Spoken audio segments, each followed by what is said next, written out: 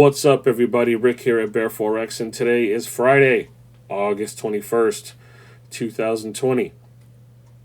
End of another trading week. Hope everybody's ready for the weekend. And not much has been going on in terms of news. It was quiet, Forex news-wise. A couple of announcements that came out, but nothing to really move the markets on the long term. Mostly was intraday, daily, 4-hour, things of that nature. We always start with the weeklies around here at Bear Forex. I like to cover anything that anyone will trade, my view on it, and hopefully more than 7 people will start listening. But that's okay. Not much in world of news. The only major news that happened was Joe Biden officially accepted his nomination for the Democratic Party, which is no surprise. Everybody knew that was going to happen. They held a 4-hour, and I didn't watch any of it because it's totally not something I would ever care to see. And 4 hours, seriously, come on. 4 hours of trashing Donald Trump, which is how he won the first time. But anyway, forget about that nonsense. That has no real effect on us.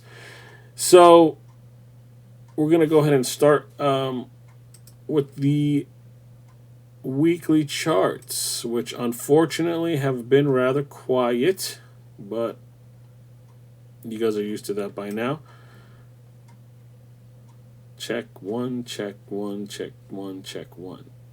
Okay, I think we're live. So here we go on the Aussie dollar. 1 week at Wanda. You can see right here, price is still in traffic. It's tightening up, starting to turn. This is the weekly charts, however, people, and things move very slowly. I'd like to see price get down to between 7 and 69 if there's going to be an actual opportunity to short. Remember, each one of these lines is a full business week, and price moves very slow, and I don't want price to just come bounce and then head back up if I start to short it. So I'd like to see a real pullback, probably down to this level. I'm not going to wait until 68. I don't know. We'll see we'll see what it looks like in terms of volume and how much pressure is pushing down. But again, we're totally waiting it out here.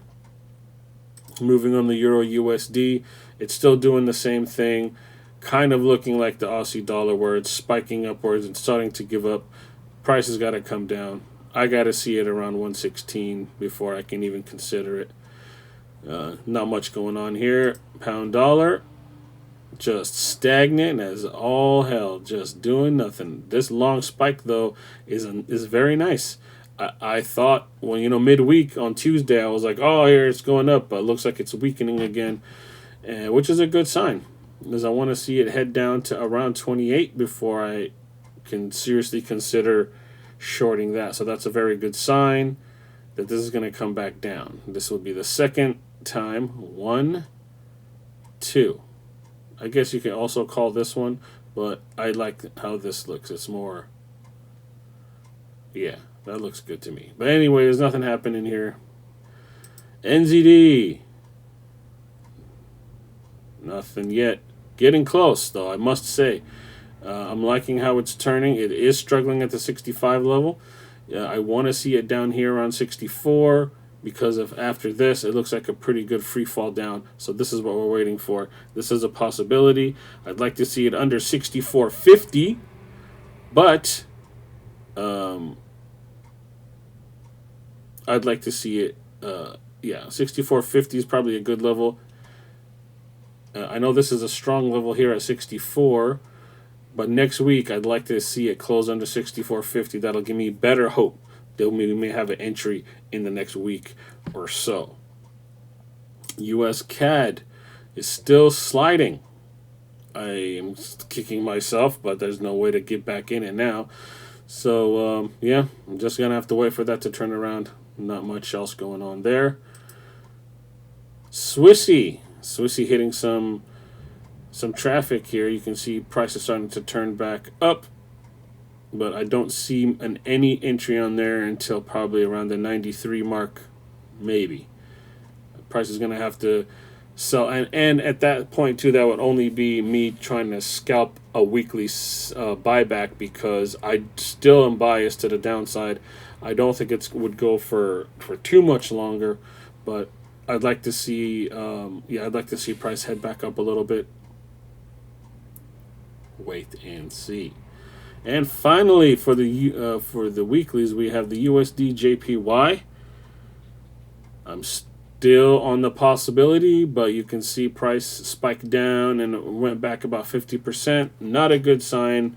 This is 105 level is being a pain in the butt. So we need it to move and do something. It's just stagnant between 107 and 105. I don't want it to be stagnant between 107 and 105. I want it to break so we can do a trade here, but we got to wait. Most important thing in trading is the patience. You must wait. Now, let us move on to the daily charts.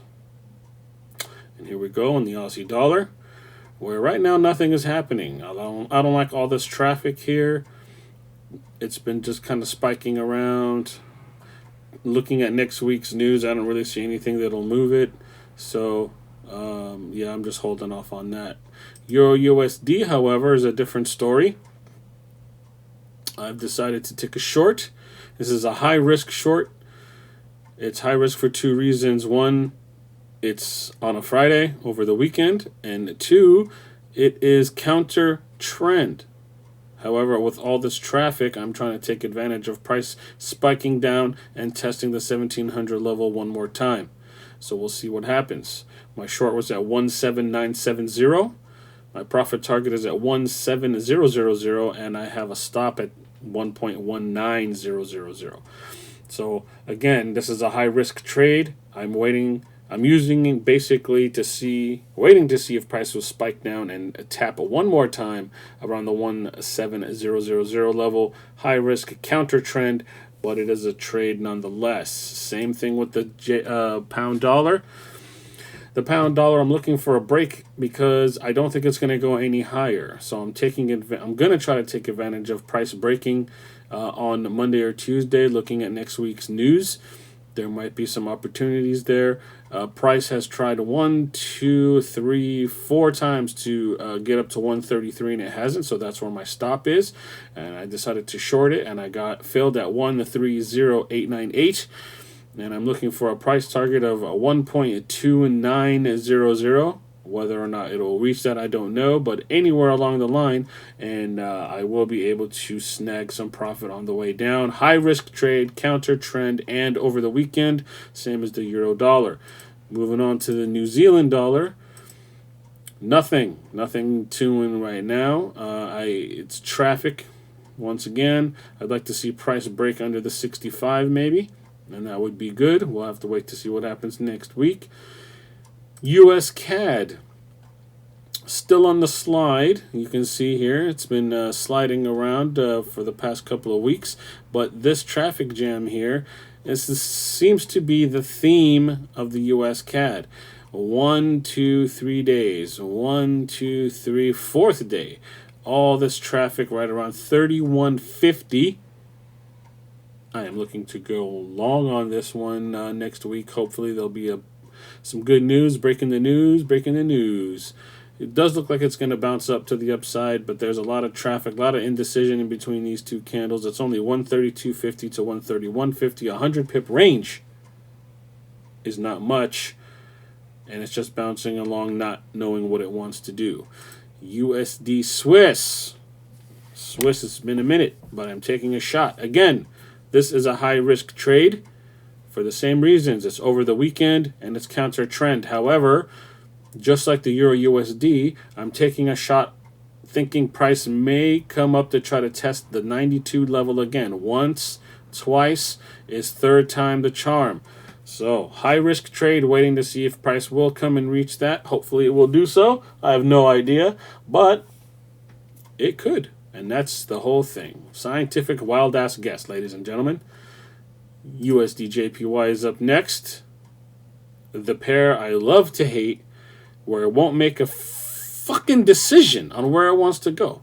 So As of right now, it's not doing anything. Look at this Friday indecision candle. Friday, August 21st, indecision candle. One of the worst candles I've seen all week. It really doesn't know what it wants to do. So since it doesn't know, how the hell am I supposed to know? And that's going to be it for this Friday, August 21st, 2020. Everybody have a good weekend. I'm making this fast because I want to get the hell out of the house. It's a nice day outside and I want to go enjoy it, have some lunch, and prepare myself for next week. End of the month. Last week of the month. So we'll see what happens then. Until then, everybody, enjoy your weekend. Don't forget, tonight at midnight, one of my topical videos releases. So be sure to come back or watch it on Saturday. If you have any questions, feel free to hit me up at bearforextrading@gmail.com. Follow me on Twitter at bearforex. Visit my Patreon page at bearforex. And visit my blog at bearforex.com. All right, bitches. See ya!